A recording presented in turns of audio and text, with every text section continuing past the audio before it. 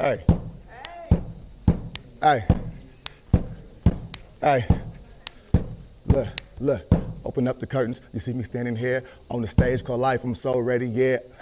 And I done been through it all. I done had some dreams built and I done had some dreams fall. But they say ignorance is bliss. I'm trying to figure it out, but it still don't make sense. So I'm driving in the fast lane, going kind of quick, trying to make it to the end, and I can almost taste it.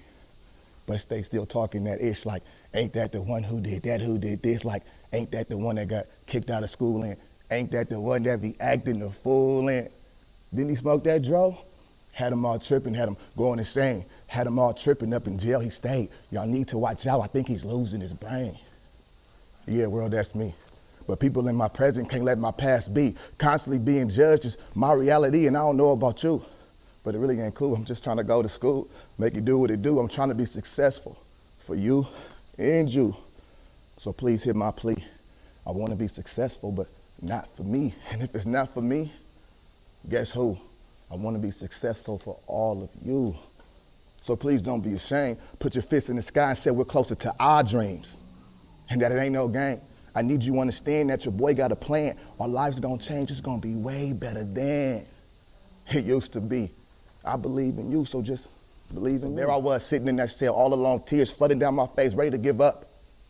I had no hope, no confidence. I didn't believe in myself. I had no vision, but God had a plan for me. And he gave me the vision that I needed. And in that vision, I saw myself going to college, getting a degree, giving back to my community. But in order for me to make that vision a reality, I had to have the confidence to make the changes that I needed to make to get there. So I kept that vision at the forefront of everything that I did, and it became the driving force for how I moved forward. That vision carried me from juvenile hall to community college. It carried me from community college to UC Davis. It carried me from UC Davis to law school, and now it's this very thing that's carrying me now. It's the reason why I'm here.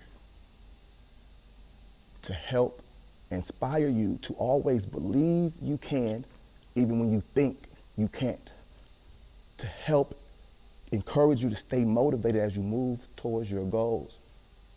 And to empower you to always walk with confidence every step of the way. So my promise for you today is that you will walk away from this conversation with tools that will help you strengthen your self-belief, push past your fears and self-doubts so that you can focus on accomplishing your goals. Now, the theme for this event is revolutionary change.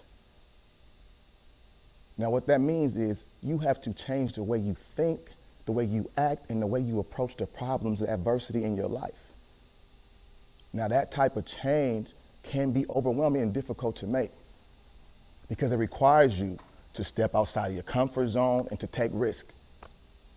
But that's where confidence comes in, right? Having the confidence, the belief that you can, that you're capable, right? And that you are able to make this positive change will get you closer, will position you to be able to accomplish the things that really matters to you. And we know that change does not happen without confidence. So today, the plan is for you to understand what confidence is, why it's important, and more importantly, how to build it. Does that sound good? Make some noise if that sounds good to you. Make some noise if it sounds good to you then. All right, so let's jump into this content. When we talk about confidence, what are we talking about?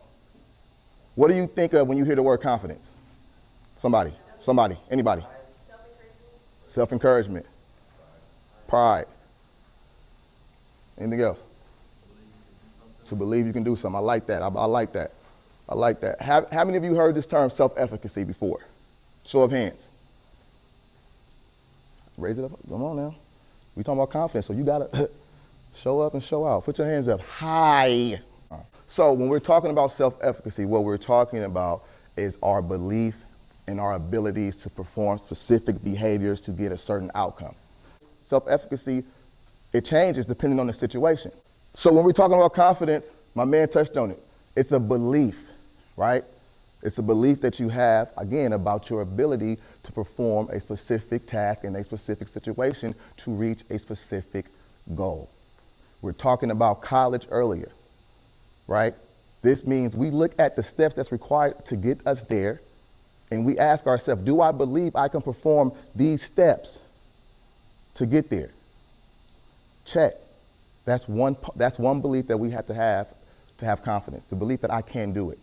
The second strand of belief that we need in order to have a confident mindset is the belief that by doing these things, I will get the outcome that I desire.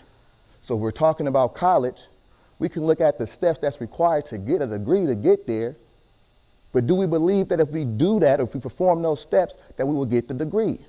That's the second piece. And if we don't have that belief, in addition to the first belief, our confidence is going to be affected. So we need both the I can do it, and that if I do it, it can happen. The result that I'm looking for. Does that make sense? What are some benefits? What do you think some benefits are of having that type of belief, that confidence? Throw it out there. Anybody? Success. What else? What else we think? Fearlessness. I like that. Any others? Motivation. Self-love. I like that. I like that. Any others? Bravery. All of that, right? It improves our performance. We're more likely to be motivated to start a task if we feel that we can do it, right? Yes? It can improve our academic achievement. It can improve our resilience. Who knows what resilience is? Who's willing to share what it is? Go for it. It's your ability to bounce back. Exactly. It's your ability to bounce back, to overcome adversity, right? To not waver or fold under pressure, to persevere, persist, and keep going, right? So having this belief is very beneficial in all those areas. It can improve our performance, or increase our resilience, and we'll be more motivated to achieve our goals, right? And that's very important. So now, how do we develop this mindset? How do we develop this I can and it can happen mindset? So according to the research, there are 5 ways essentially to help boost your confidence so that you will be more likely to achieve the things you set out to achieve, right? The first one is called mastery experiences. The second one is vicarious experience. Third, social persuasion. And the last one is affective state, or physiological effect. We'll get into all these. So mastery experience is simply that. When you are faced with a challenge, look back at your past experiences or accomplishments and say, hey, is this something familiar to me? And if so, did I succeed in it in the past? If that's there, then in this current situation, you're more likely to feel more confident, right? If you worked out before, or if you ridden a bike before, or if you drove on the freeway before, the next time, every time you do it, you build that confidence up, right? You're not going to be afraid to drive a car if that's something that you've been doing already. Understand? So confidence and competence, the ability to do something, and the belief goes hand in hand, right? The more you do it, the more you feel better at it, the more you feel confident at it. The more you play a sport, obviously, the better you will feel about it. Okay, what's your sport? What do you play? Football, okay. Basketball. I saw some hands over here. Softball. How many years have you been playing? 2 years, 2 years, okay. What do you play? Right, right. And then who? Boxing. Come up here, bro. Come on. No, I'm just playing. All right, so look. Now, wouldn't you agree that you feel more confident playing football, boxing, softball, and whatever else it is now than you did when you first started, right? That's because over time, you was able to build competence, the skills that it requires to do the thing well, and the confidence all at the same time, right? Another thing that helps boost our confidence is overcoming adversity. We call this productive struggle, right? You're going through something, and then when you're struggling through it and you finally accomplish it, don't you feel good at the end? When you finally get there, right? So that's why it's so important to stick it through. Because on the other side of that is reward, fulfillment, success, confidence, right? So that's mastery experience. Vicarious experience, what we're talking about in that situation is if they can do it, I can do it.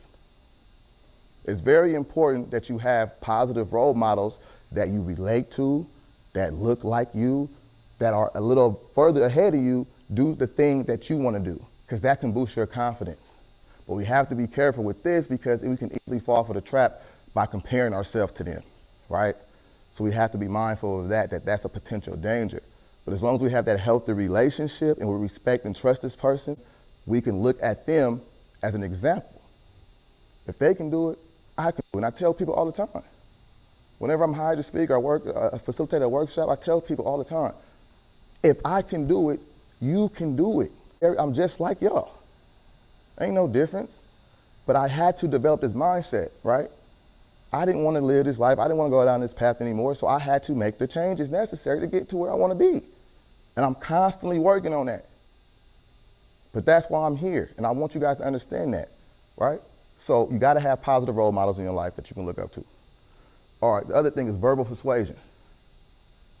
This is also kind of having a role model, but more like a mentor relationship with somebody. Also having that trust, that respect, right? Someone that looks like you is very important. That as a black male, that I work with black male students, right? Because they can see representation. They can see themselves in me like, man, one day, if I want to be a public speaker, I can do that. He looked like me, dressed like me, talked like me, swagged out like me, dripped out. You feel me? So it's like, yeah. So it's important that I'm connecting with my students in that way so they can see something other than sports and, you know, rapping as an option for y'all, which is cool if that's what you want to do. But there's so many other things that you can do with your life. And I want to be the one to tell you, like, hey, this is what you can do outside of those, right? Other avenues, other pathways. So having someone that can tell you, give you positive feedback, right, on your progress. Keep going. I see where you at. I see where you're struggling at. Improve your effort. I got you. But also having those conversations with yourself. Whenever you fail at something, it's very important to pay attention to what you say. So here's an example. You get an F on a test. You get an F on a test. You look at your grade and you say, I can't do math, right? You see your grade and you tell yourself, I can't do math yet. Why is that difference? Very subtle, but why is it so significant and important? He hasn't given up. One of them prevents progress, the other one yet means like you're still making progress. Right. In his situation, it's implied that I'm not giving up. So I'm going to go back home, I'm going to study, do what I got to do, and I'm going to come back the next time and I'm going to succeed. Whereas in this situation, she may feel stuck or she may feel like she can't get a good grade, and therefore that negative self-talk is affecting her and making her feel stuck and anxious and all those other things. Never to make any movement. So we want to avoid that. So we got to combat that negative self-talk with positive things. I want somebody to be very transparent with me right now. What are some of the negative things you say to yourself? Research shows that 73% of our daily thoughts are negative. Right? So I need somebody to be transparent and honest with me right now today. Just throw one thing out there. What is one of the negative things that you tell yourself on a daily basis? I can't do it.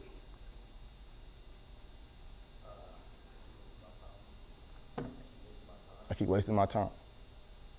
It's too hard. It's too hard. What's that? I'm too skinny. Right? I'm here to tell you that none of that matters, right? You have to change the way you think. We're talking about revolutionary change. It starts with the self. Before we can tackle anything, we got to tackle ourselves first, and it starts with the mindset. So the next time you tell yourself, I can't, I'm too skinny, I'm this and that, you need to challenge that. Just like that activity we did, you thought you were confident in your answer. Cows drink milk, God damn it. I'm telling you, nah, you can't. No, you didn't. No, hold on. Slow down, right? So next time you tell yourself something negative like that, you need to stop and think like, hold on. That's not me, right? I'm destined for something better. Straight up. If I were to tell you, or if one of your friends were to come to you and say, man, you ain't gonna be able to do this, or X, Y, and Z, you can't go here, you can't go to college, you gonna never get a good grade, are you gonna be like, yeah, you're right? Or what you gonna say most likely in a situation like that? You're gonna try to prove them wrong, right? Every time. What's that? Exactly. So why are we not saying that to ourselves when we say negative things about our ability to do something? I need you to come with that same type of energy. Just like I'll show you better than I can tell you. So the next time you tell yourself, oh, I can't, watch this. Right? And it's not about being perfect. You don't have to have everything put together to be confident or to go after the things that matters the most to you. Life is going to be over before we know it. You feel what I'm saying? We ain't got time to waste, to play around and to sit around and be doubting ourselves. So I want you all to feel empowered when you leave this room to start putting together a plan of action so that you can achieve the things that matters most to you. If you want to go to college, make it a reality. That's the beautiful thing about confidence, because it projects us into the future, right? And we're able to orchestrate our lives in a way to get us there. That's beautiful. But you have to believe in yourself first, right? So the things you say to yourself are very important. The other, where are we at? Verbal persuasion, physiological state. This is just understanding, like every time I get up to talk, I'm always nervous. Right? I was standing in the back, right? Feeling in control of your emotions allow you to be able to be more successful, right? Because you can focus your attention on the task at hand, as opposed to focusing on, oh shoot, so it's important that we are able to do that. And one of the things that we can do to feel in control of our emotions whenever we're feeling anxious or we feel like we can't do anything is to take just a minute to breathe in, count to the count of 4, breathe out to the count of 6.